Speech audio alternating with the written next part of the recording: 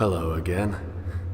I guess it's time for us to chat, as is our routine. Not to imply that this is unwanted. In fact, I think I'm growing rather fond of you. You and I have shared a grand nothingness, and I feel as though your belly is a suitable embassy amidst the unknown above.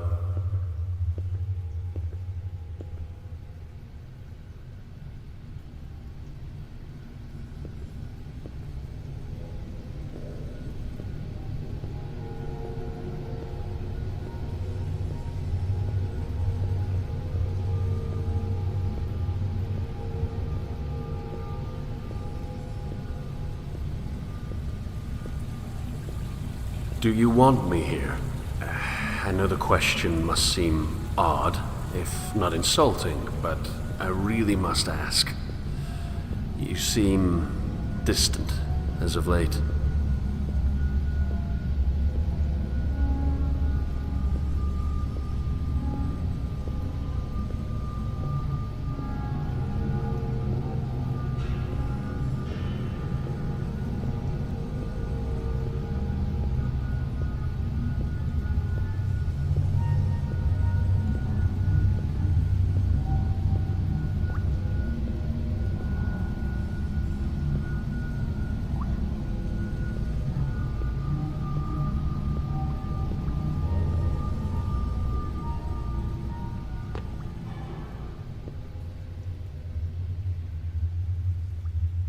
Admittedly, and please do not take offense, your innards sometimes frighten me.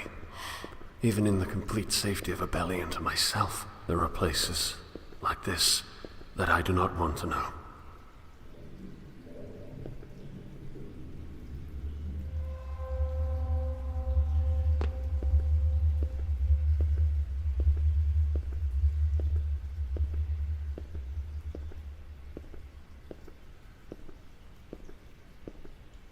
I wonder if the dwellers would cluster together like rats if they really understood the true value of isolation. All of their pathetic little wars and ridiculous assumptions of superiority would be washed away if they all had their own private labyrinths to roam around in. Granted, they could never understand the importance of the individual, the megalomania of justice in the guild, order, and, yes, even the unknowing. It's far too strong. There really is no point in even attempting dialogue.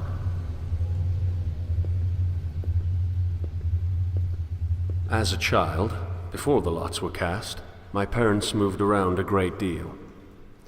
The state of motion was not constant, of course, but it was frequent. Honestly, I loved the newness of it. I loved feeling like a sculpture, clay added over and over, but with an artist always ready to carve from my form that which I did not require, continually reshaping my psychology. Bags in front of me during the unfortunately early hours before departure. They seemed to decrease in number with each successive voyage.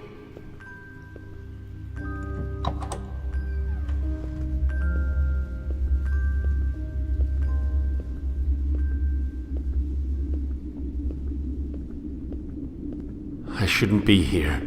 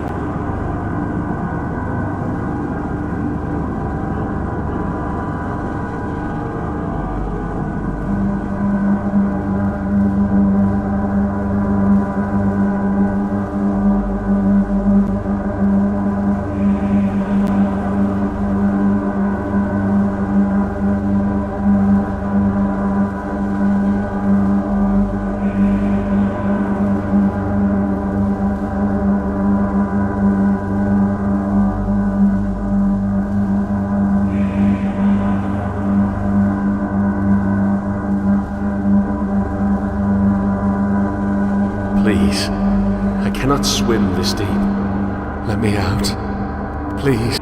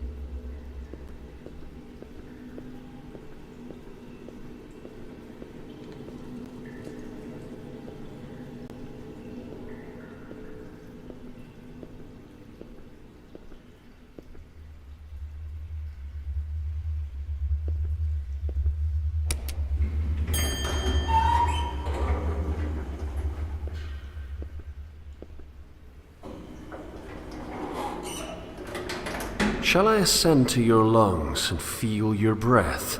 I think that would be lovely.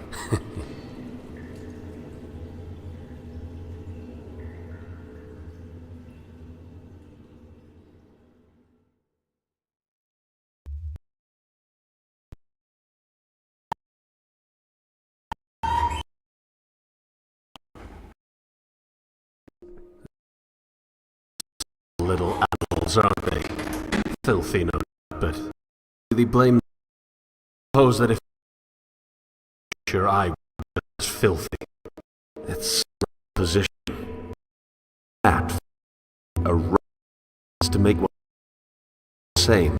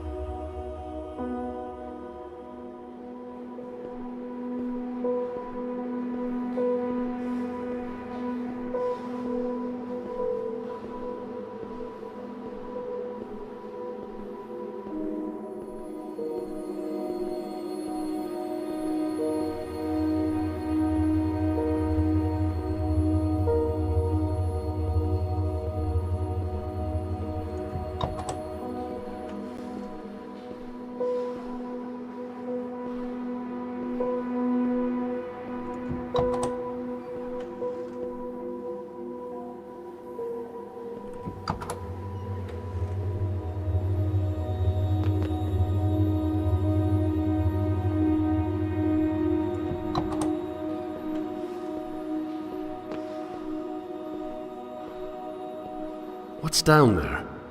No one ever told me. Not that I know anyone. Apparently, after the Guild took this area from the Order, they felt the need to block off the tunnel leading to an access point dumping into the unclean water.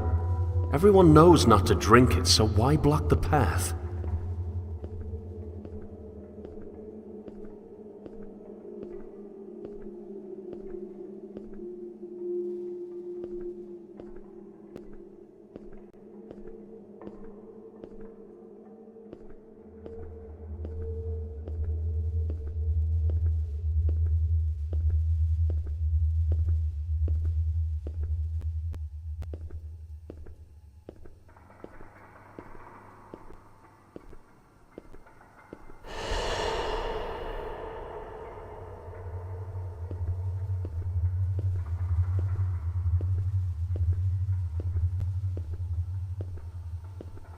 I don't think I'm a particularly condescending person. I'm just frustrated. I don't understand why we have to keep doing this. This conflict. Unfortunately, telling a group of people what they're doing incorrectly communicates that you yourself are doing that thing correctly. If only that were true. If only I was above this, rather than beneath everything.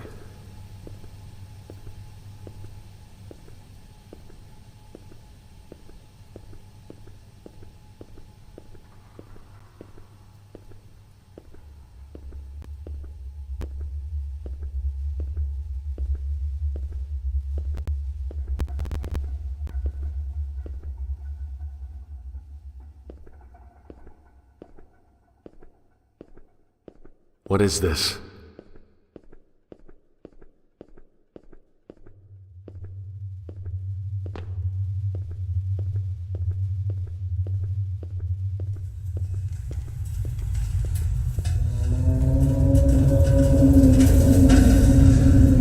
What are you protecting me from?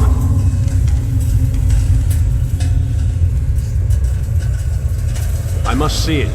I must see what they've done. I must see the extent of Nineveh's fruits, and I must see what they've done to you. Tarshish is nothing but a distant glimmer on the banks of void. There is nowhere now but you, and you must let me explore your guts like the parasitic worm I am! Leviathan! Open these doors! Open them now!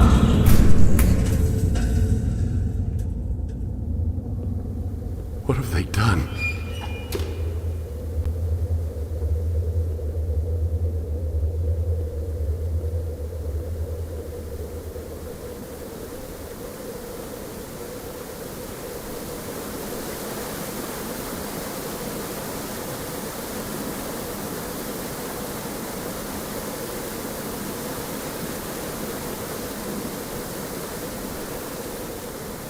I've had enough. I'm sorry.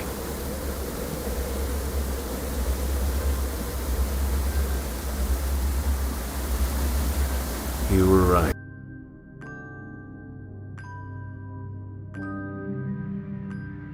It's a horrible cycle, this existence. I reach out to connect with them. Again and again I try, only to discover that nothing has changed. So I return home. Progression is lost, and I restart the cycle. I just want to sail.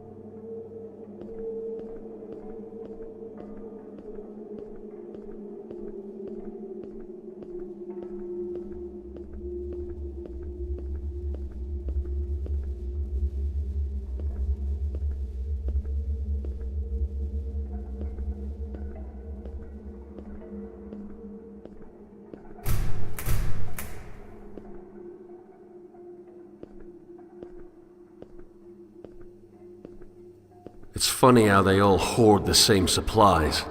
All of it from the old city, and all of it wasted.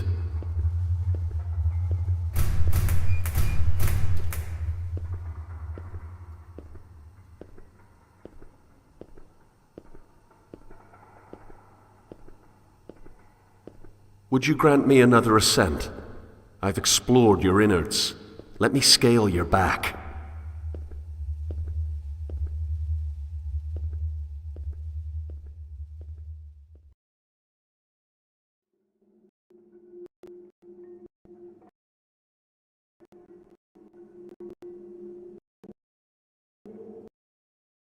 It's odd that he's never self-aware. I mean, the most horrendous actions, these conglomerate endeavors of warring cabals, are caused by the best intentions. So all that's left is this grand suspicion of idiocy. Good intentions are moot under the control of a ludicrously stupid idea. But my contribution is hardly an appropriate contrast. I would like to argue that my contribution is non-existent, and thus superior to their negative impact. But the truth is, we're all infinitely terrible for not contributing at all, be it through neutrality or detriment.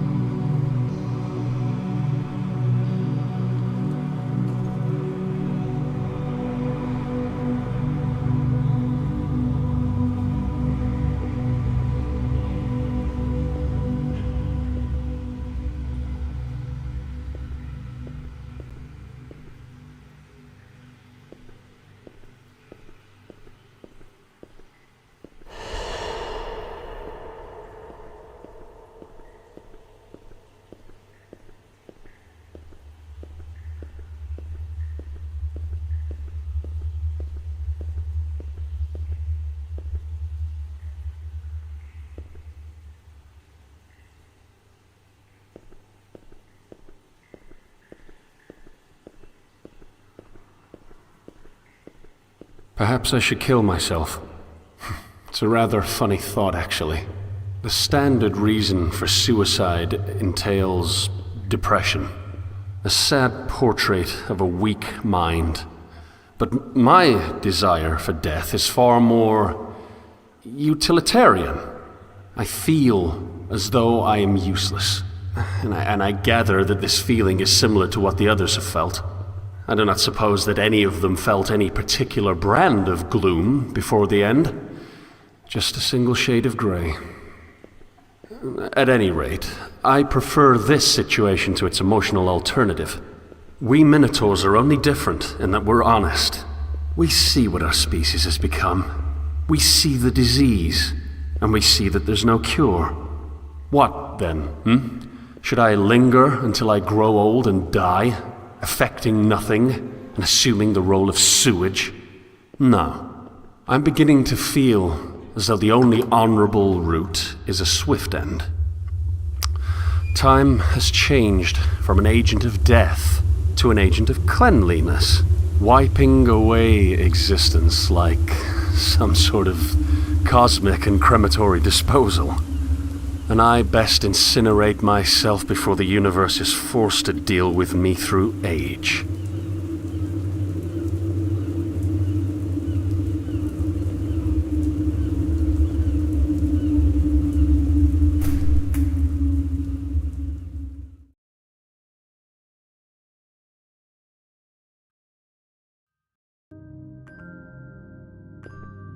I don't know why we exist in self-destroying structure.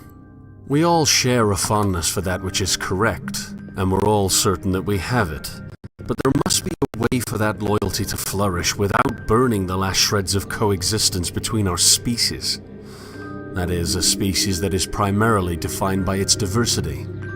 I don't know if I'm arrogant for assuming that my desire for progress is any indication of my task as a catalyst, but I tried to find Tarshish already. Only in my attempted escape did you find me, and I do not believe that you found me without reason.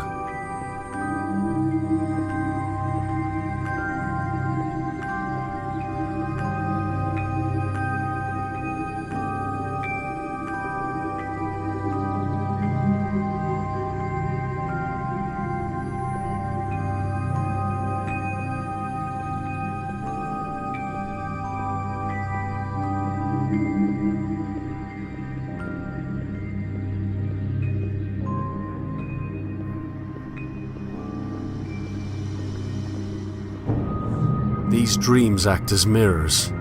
Like passive portraits of the complexities of the human mind, they paint self, just as ideas paint the universe. Dreams truly are the most honest form of introspection, even if I can only use them as an escape.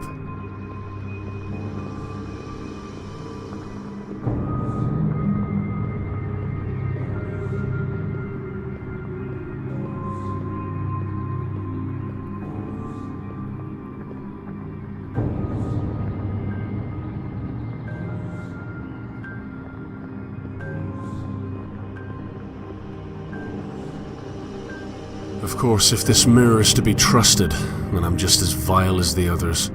The contrast between my reality and this one tells me that I do not belong here. The only thing I have that they do not is a fondness for this new world.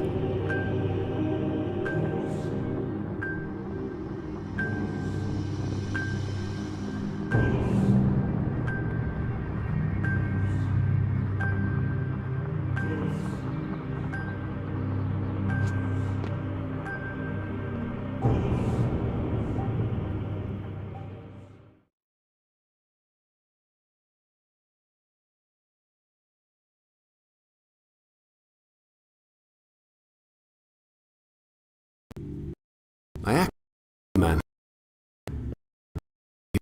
was so he and relevant. During the point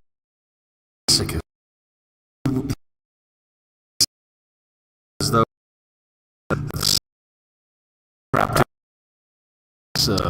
to limit what can be done with the outside. I, of course, know you better. You and I have a special relationship.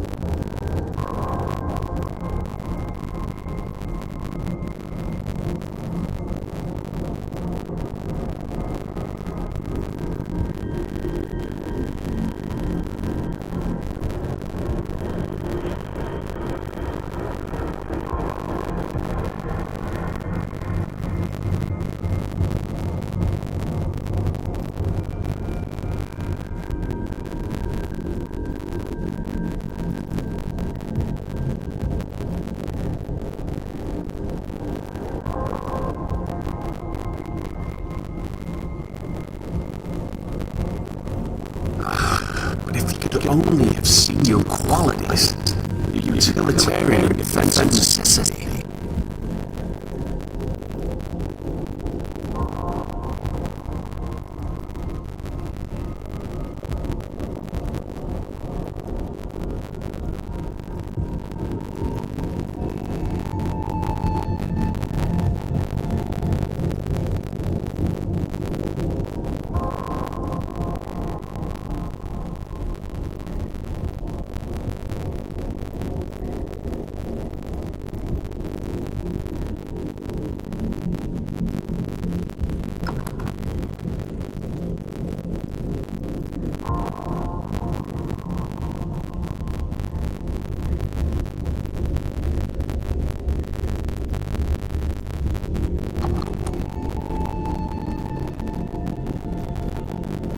The dreams he created were his escape. I often feel as though they can only function as such. They have a marginal effect, yes, but the required time for any real impact is far too great. Dreams that contribute are a grain of sand on a shoreline far away from here, and Tarshish feels much closer.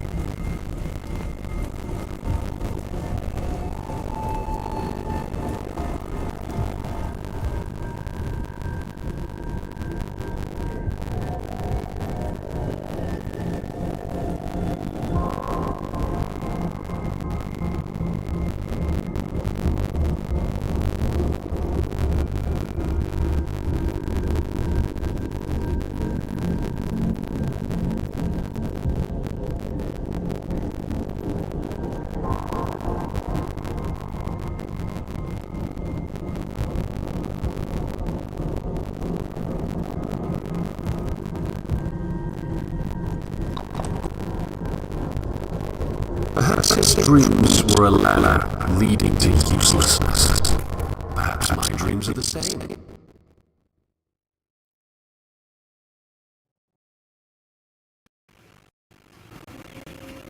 How much do you know of the world? Did you even exist? You thrown over when you're flattering in a new and terrifying negativity. My transition was not a comfortable one, so in this we can feel a measure of companionship.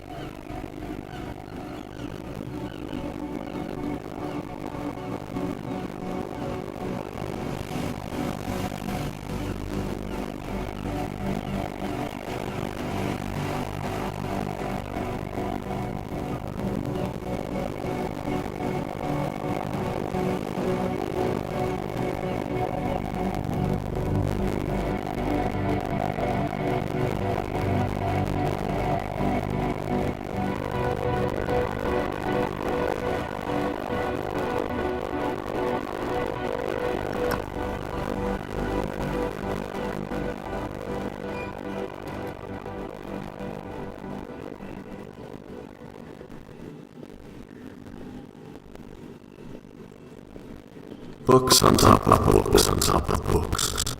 Voices creeping in from the vasts of a larger, more ancient world, now trapped in the claustrophobia of narrow minds and cold halls.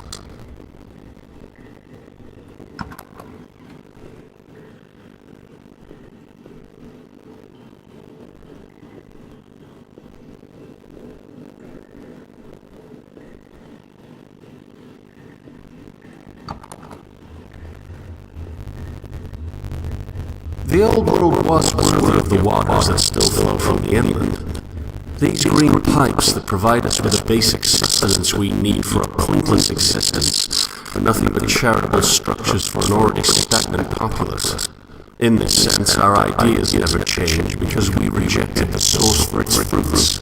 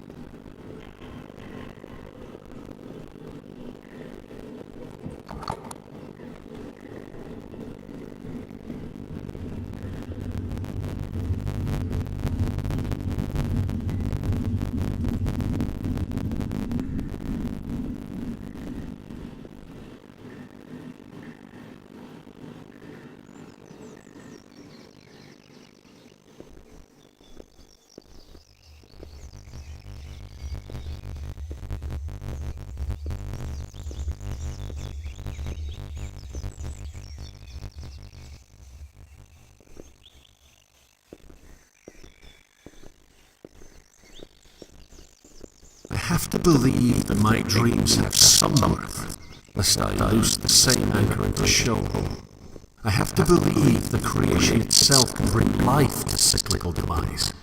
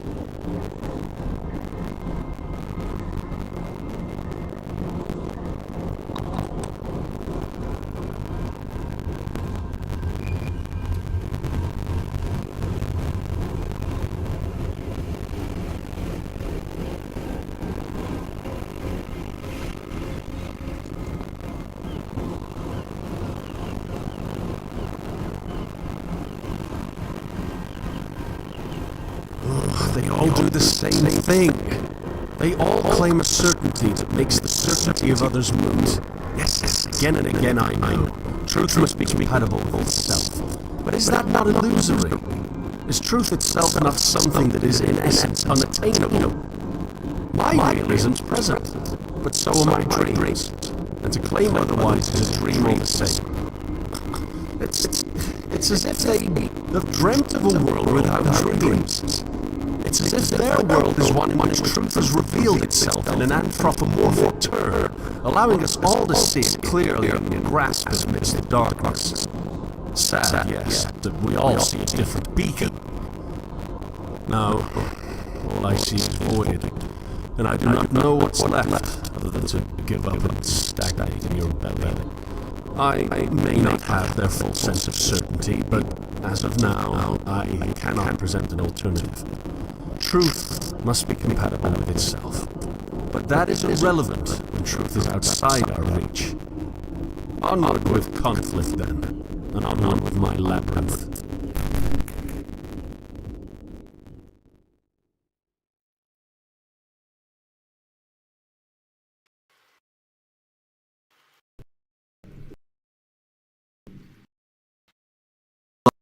Knowing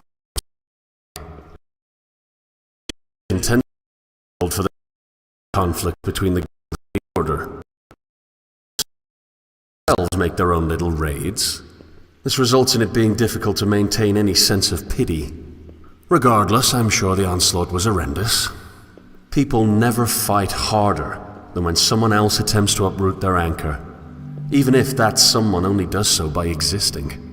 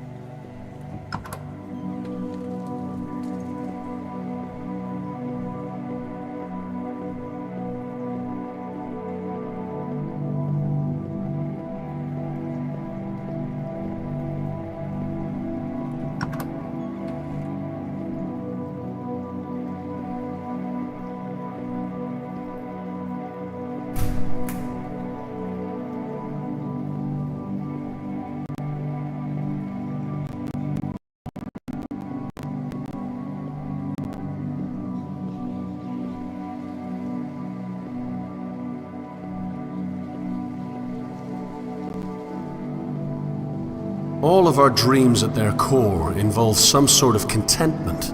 This is the one desire we all share, but is it a goal that really should be met?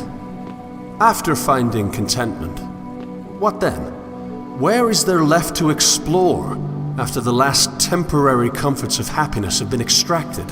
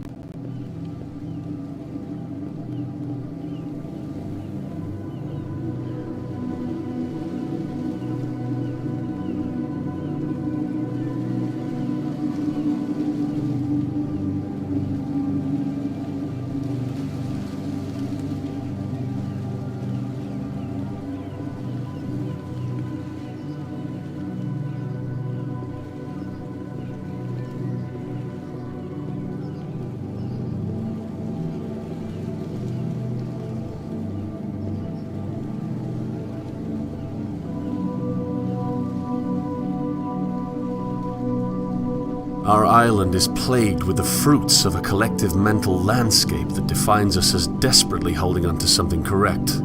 So there is no place to hide, without truly secluding, or perhaps risking, the inland. On some level, I feel as though I cannot blame the dwellers. Their zeal for truth is commendable. They're fighting for something, rather than keeping it to themselves. They're acting, instead of hiding. Still, must cruelty be the manifestation of certainty? If only truth did not need to be compatible with itself. If only we didn't need an anchor to be right. If only we could sail instead of collecting dust on the memories of voyages past.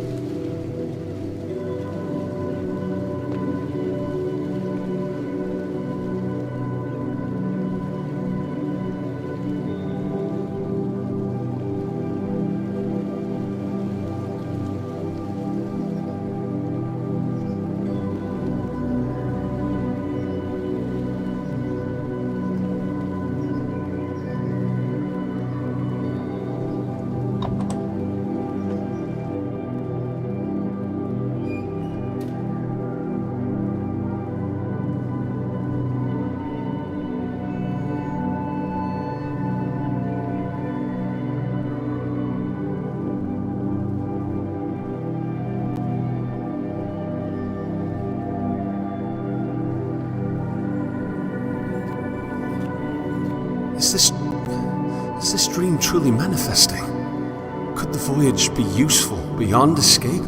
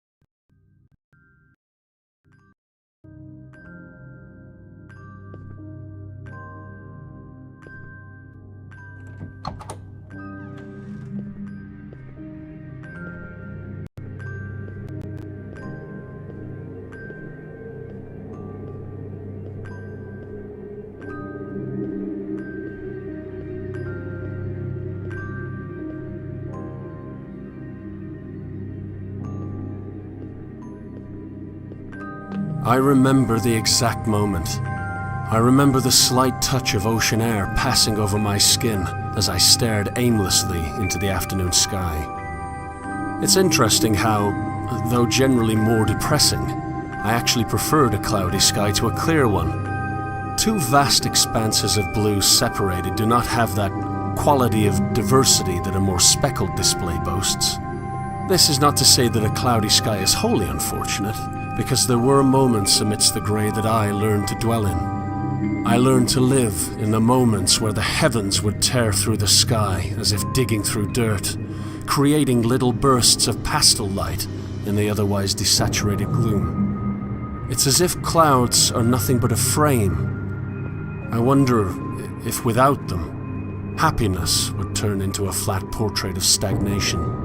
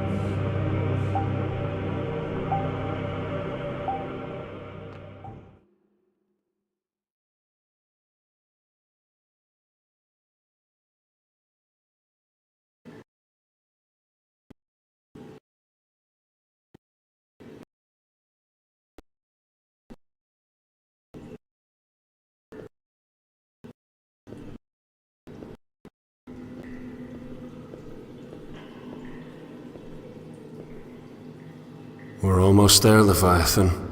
The final step between me and the old city's upon us. I wish I could take you along.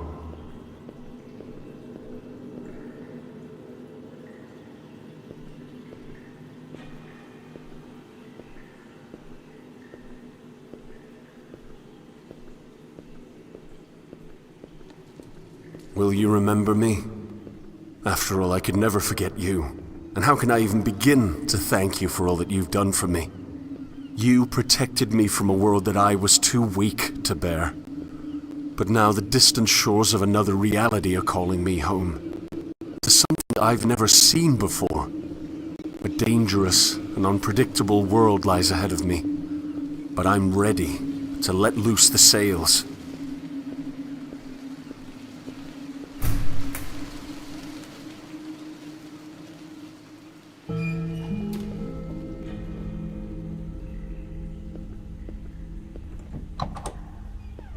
My father once recited a poem to me about an older world.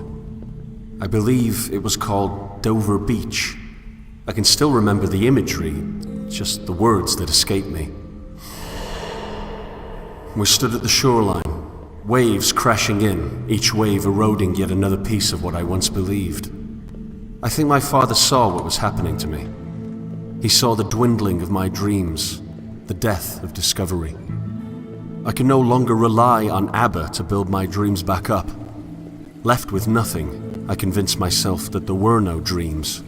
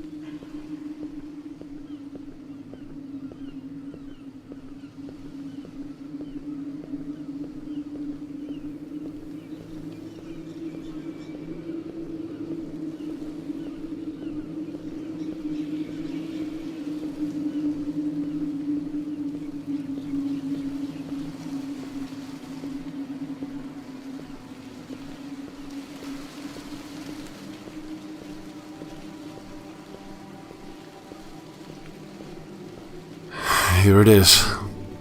The leap. Goodbye, my old friend.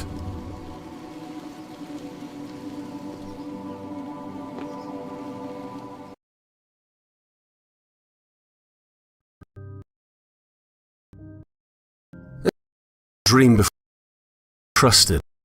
Life follows the pattern of broken progression. Some call it redemptive history.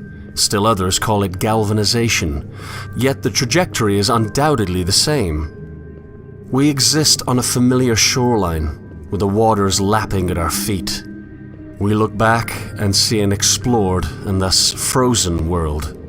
Then, as if subconsciously recognizing the need for change, we dive into a prison of even further inactivity. My prison was my only friend, it seems. But even he saw fit to spit me upon a new shore. I do miss Leviathan. It wasn't his fault that I was a parasite. But was he necessary at all? After being cast out, was devolution in his stomach the appropriate next step? Why couldn't I have simply washed ashore to the old city?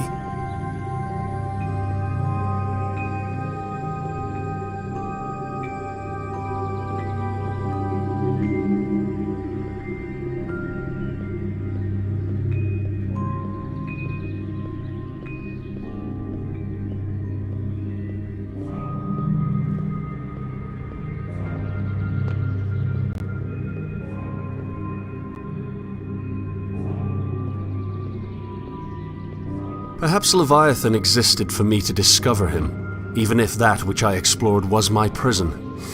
Perhaps I simply needed to see the stagnation before evolving.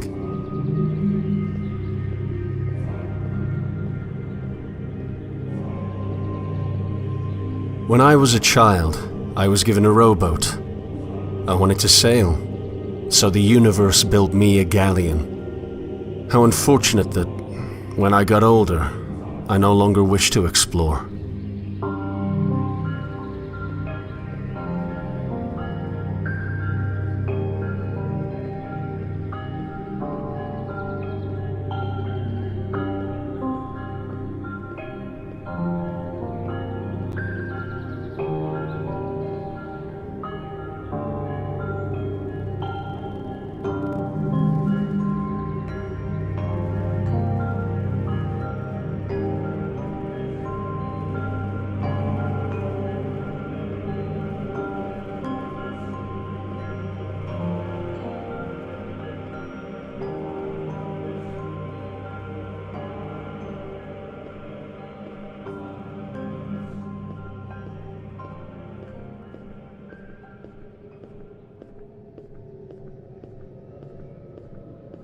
I am going to explore again.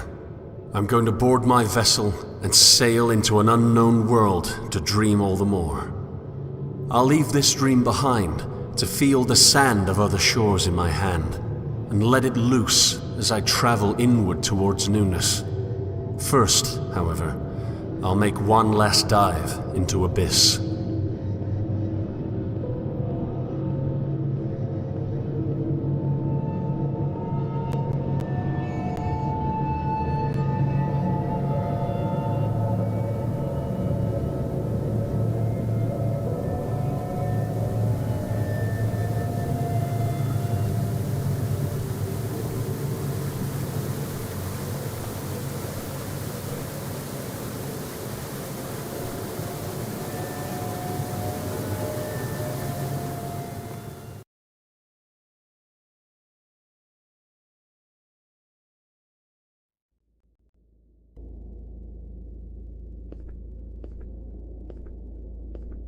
Here lies my captor, the great sleeping fish.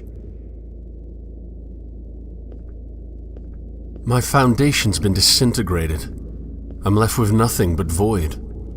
However, the baby of belief need not be thrown out with the bathwater of certainty.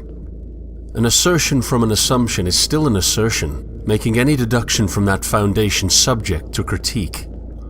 I may not be able to deduce. Like a child, I regressed with no end. Over and over I asked, why? As each answer demanded further questioning. Eventually, I convinced myself that the regression was nonsensical, by nature of it being childish. But what if that childlike curiosity is the vessel that can bring us to usefulness? What if we put aside the certainty and adopt discovery?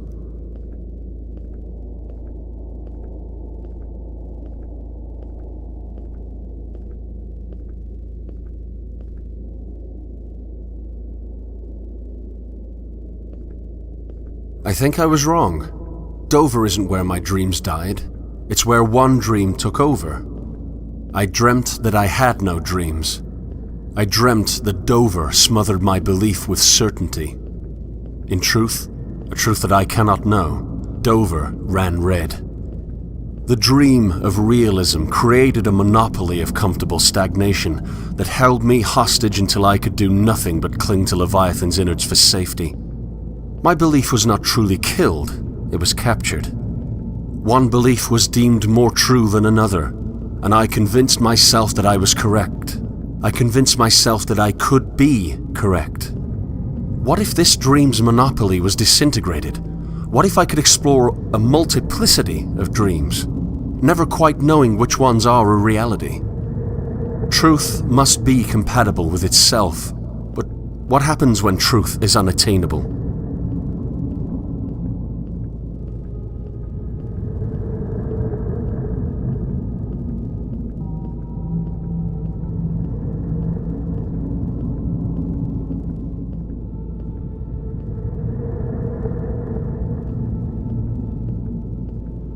Truth must be compatible with itself based on a starting point I can't prove.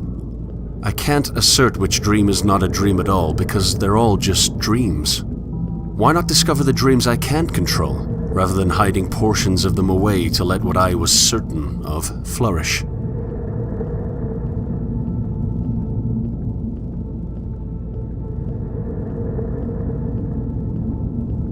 I would tell myself that the real world has shown itself like a clear blue sky, spotless in its vast and flat nature. I tricked my own mind into believing that belief itself was not present. Now that the illusion has been revealed, I'm left believing that I can't know.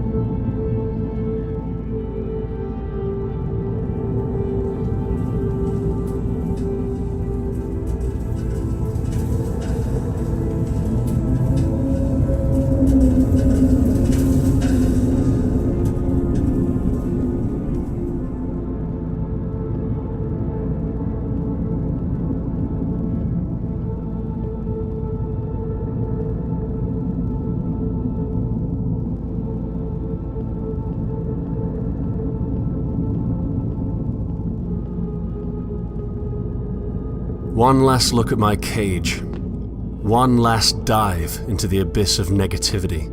A terrible world full of terrible people, yes, but that can be changed. Epistemic humility can regress to the deconstruction of stagnation. What I previously thought to be stagnation itself, the lack of any true knowledge, is simply the deconstruction of an anchor, freeing us to traverse the unexplored.